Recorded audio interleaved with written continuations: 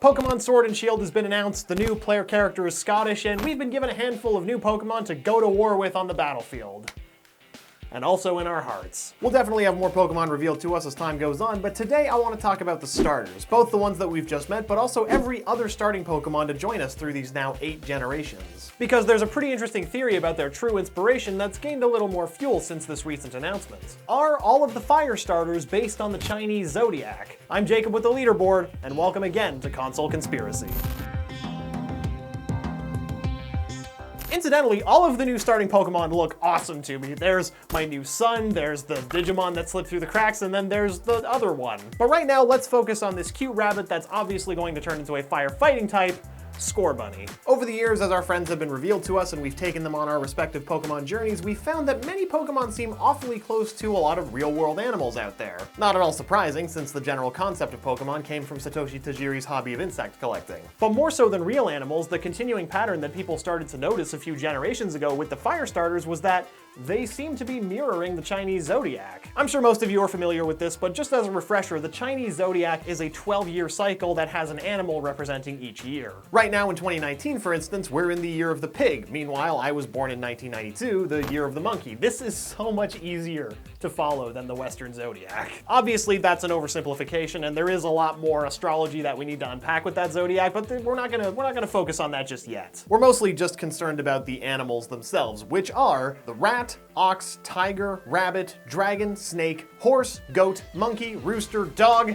and pig. And depending on who you ask, it looks like this theory differs on whether we're making the Chinese Zodiac comparison with the literal starter Pokemon or their final evolution. So let's just take this one evolution line at a time. Charmander is said to occupy the dragon space since it eventually evolves into Charizard, which is unmistakably a dragon. Cyndaquil takes the rat space since it's very rodent-like. Torchic takes the rooster spot, Chimchar the monkey, Tepig the pig. These are all pretty self-explanatory. Meanwhile, Fennekin and Litten occupy the dog and tiger spaces respectively, with Litten's design becoming more tiger-like as it evolves into Incineroar. And most recently, Scorbunny's come in to round out the Zodiac and take the rabbit's place. Really, that's about as far as the theory goes. It's just a neat observation that gives all the fire starters a consistent theme. But there are a few things that are worth taking into account before we move on and break all this down. There are some pieces that don't gel very well with the lineup that I just gave, like Charizard's design not conforming to a more familiar Chinese dragon. Really, if this theory were true, Charizard should probably have a design more similar to Gyarados. Or the fact that the Chinese Zodiac traditionally begins with a rat, despite the first fire starter being Charmander. If the idea is to mirror this form, why begin with anything other than the rat? But people who subscribe to this theory will explain these discrepancies away by saying that this model probably wasn't intended when the series first started out. It's not like when Tajiri first conceptualized the series, he also came up with this complex 25-year-old plan that's been followed through up until now. More likely, the developers and the designers just noticed this coincidence a few generations in and decided to roll with it. And without a series bible or confirmation from an official source, we can't know for sure. But for the purposes of this theory, let's give them the benefit of the doubt and say that this is the case. So with this concession in mind, does the Chinese Zodiac fire starter theory stand on its own? And can we find any themes present in the other starters?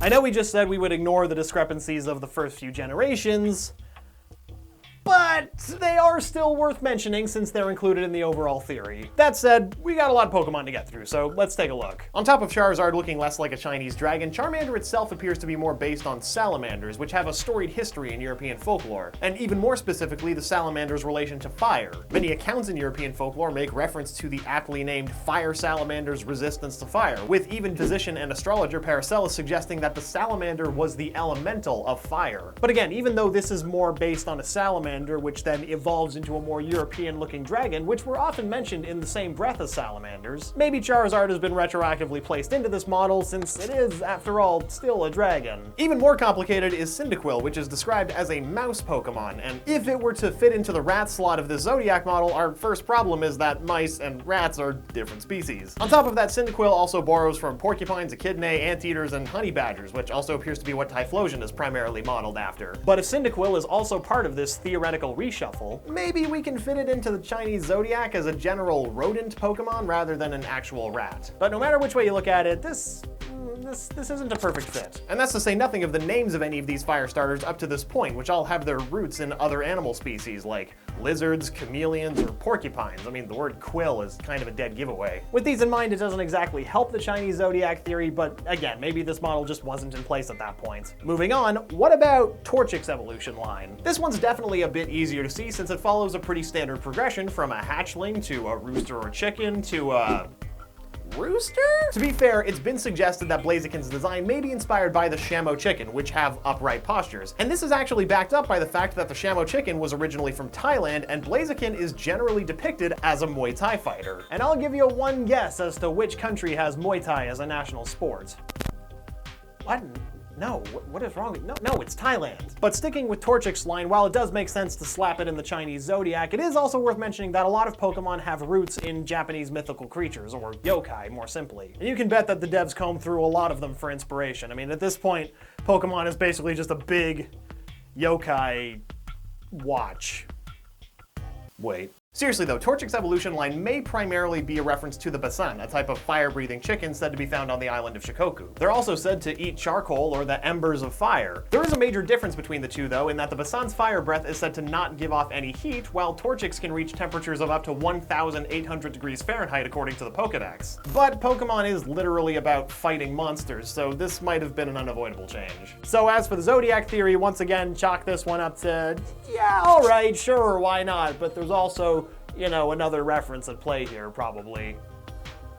That's a very long qualifier. Chimchar's line, like Cyndaquil, seems to be a sort of combination of various types of monkeys and apes. And while monkeys and apes are very different species, colloquially people tend to lump them together as one thing, like alligators and crocodiles, or Sekiro and the rest of From Software's games, or Fallout 76 on the Fallout series. Not to mention the fighting type it becomes could be a direct reference to monkey kung fu, a well-known type of martial art, particularly in China. No problems here. It might have taken us to Gen 4, but we finally have our first 100% reasonable Chinese Zodiac Pokemon. Next up, Tepig. Again, very clearly a pig. No troubles here. Pokemon character designer and illustrator Ken Sugimori has even allegedly said that Tepig and all of its evolutions were intentionally designed in a Chinese style. However, outside of Bulbapedia, this quote doesn't appear to be sourced and may have been lost to time.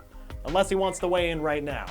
Or if one of you can find the source, I'd be cool with that too. But the lack of any clear inspiration from any other mythical fire pig gets us another point for the Zodiac. So with the last two, hey, we're on a roll. It looks like that they did adopt that model, so you'd assume that the next few would be just as easy, right? But with Fennekin, we reach another roadblock. Fennekin probably has the most obvious animal roots in the Fennec fox, which is a member of the Canidae family of animals, which includes most dog species, so yeah, sure, I guess this works. We kind of jumped around a few branches in the fox's family tree, though. It's not like we're dealing with an obvious fire doggo like Growlithe or Houndour, because I don't know, that would be too easy. Furthermore, Fennekin and its subsequent evolutions may also have roots in Japanese folklore in which foxes are depicted as everything from wise guardians, paranormal tricksters, and shapeshifters that can appear human, which could explain the bipedal direction that Fennekin's evolutions take. And the fact that the final evolution basically becomes a wizard only reinforces the idea that this Pokemon was conceptualized to take more after the Japanese folklore surrounding the paranormal wisdom of foxes rather than the Chinese Zodiac. So let's put it in the model as a soft maybe.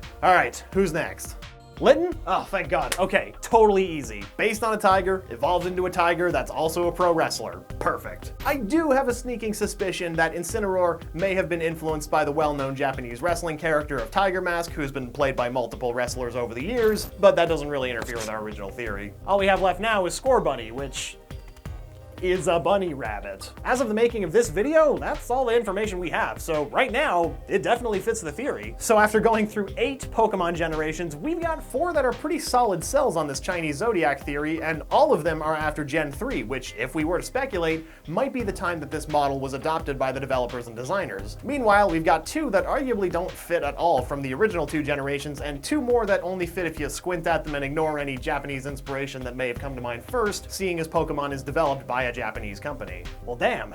After all that, we've literally reached a half-empty, half-full situation. On one hand, you could look at how all of the starters have progressed since Gen 4 and say that, yeah, this is pretty definitive proof of the theory. And on the other hand, you could say that this theory tries to distort the true inspirations for these Pokemon to get to a predisposed conclusion. It's pretty split down the middle. All that said though, there is one detail that I came across in my research that's been bothering me. In many ancient Chinese fields, including astrology, is the concept of Wu Xing, or the 5 elements. And as its English translation tells you, it's a concept that details the relationship between 5 core elements, but these elements are less literal than the 4 elements present in ancient Greek philosophies. You know, the classic earth, wind, and fire, and water. The Chinese interpretation was more of a never-ending cycle of change characterized by the 5 phases of wood, metal, fire, earth, and water. In the cycle, each phase possesses a generating interaction and an overcoming interaction, kind of like type advantages in Pokemon. And these relationships and cycles are applied to everything. From things like medicine, to martial arts, to music, to other things that start with M, and even the relationship between the organs in our bodies. The reason I bring this up though is because these 5 elements are also applied to the Chinese Zodiac, and each animal has an association with one of them, called their fixed element. And wouldn't you know it, just like the theory says, the 2 animals in the Chinese Zodiac that have fire as their fixed element are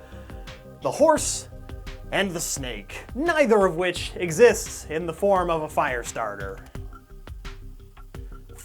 You'd think that if they were gonna run with this Zodiac model for the fire starters, they'd want to bring these guys in first to hammer home the idea, since they're so closely related to fire within the Zodiac. Maybe sometime in Gen 4 or 5 when this model would have been adopted. I mean, maybe the devs have gone out of their way to not include these animals because that would essentially confirm the theory and then spoil any other fire starter reveals down the line, but that's just speculation on top of itself at this point. That's not to say that there are no Fire Horse Pokemon. I mean, Ponyta and Rapidash have always existed since Gen 1, but they seem to primarily take inspiration from other sources, like the fiery horses driven by the sun god Helios in Greek mythology, or the horses Skinfaxi and Hrimfaxi of Norse mythology, whose manes are said to light up the sky and earth below. And as mentioned before, since these are Gen 1 Pokemon, the likelihood of their creation with the Chinese Zodiac in mind is pretty slim. Not to mention, we spent all of this time talking about the fire starters, but there's also the water and grass starters. If the fire starters have a theme, then they must also have a theme, right? I mean, the whole idea of the first 3 starters is that they're all equal. And some people have suggested that these themes are a lot easier to identify since grass and water are, you know, actual habitats of animals which Pokemon are based on. Basing the fire starters around something like the Chinese Zodiac would suffice since, you know, fiery environments in the real world aren't very hospitable to life. So what are the supposed themes of the water and grass starters? Water types seem to be the one that are the easiest to find a link between since they're all based on animals that spend their time split between water and land. Whether they're reptilian or amphibious, just as long as they spend time in both land and water. I mean, it would be weird if your starting Pokemon lived exclusively in water, because they're a fish. Unless you lived in the Hoenn region, you could probably get away with it there.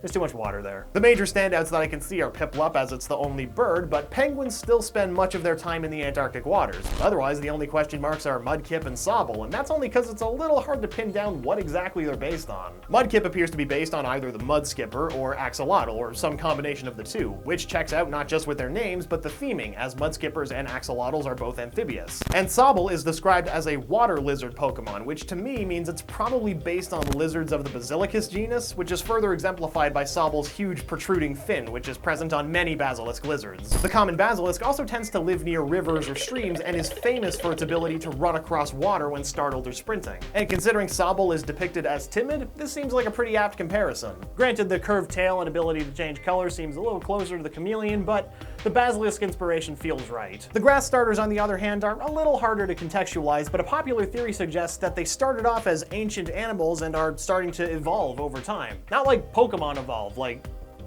real world evolve. Chikorita and Trico's lines are all based on various dinosaurs whose names I'm too scared to pronounce, but I'll put them up on screen. Turtwig's line is based on the snapping turtle, which has been around forever, but you could also argue that it's partially based on the ankylosaur. Snivy's final evolution may be based on the extinct giant snake called the Gigantifus, while Chespin's final evolution may be based on the Glyptodon. And with Rowlet representing the dinosaurs evolving into birds, and Grookey representing something that might eventually become a common ancestor to humans, I mean, it is using tools, I'm left to wonder, what are the grass starters of the next few generations going to be like? Will the grass starters in Gen 20 just be another human?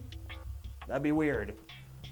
Although I guess Mr. Mime and Machoke have always existed. And Kadabra, because I guess Kadabra is a human that turned into a Pokemon. Where do Abras come from? A major asterisk here, though, is that Bulbasaur's line, according to Ken Sugimori, is more based on frogs than anything else. But as we said with the fire starters, this could just be leftovers from Gen 1 before anyone knew that Pokemon would become a worldwide phenomenon. However, this idea concerning the grass starters, while an awesome one, is not really the consensus, and frankly, we could probably make a whole other video about this topic down the line. Okay, so where have we landed with each of the starters' themes? While the water theme seems rock solid and the grass theme seems pretty good, there's still a lot of ambiguity with the Zodiac idea. But at the same time, there is a lot of evidence to suggest that while this might not have been the original idea, the designers of Pokemon may have retroactively decided that this is the model they're gonna follow. And it can't help but make you wonder, once Gen 13 rolls around in, I don't know, 2035, what's gonna happen when we've run out of Zodiac animals? Anyway, with all of this in mind, on the plausibility meter, I'm going to rate the theory that the fire starters in Pokemon were all based on the Chinese Zodiac, and also all of the other offshoots of this theory,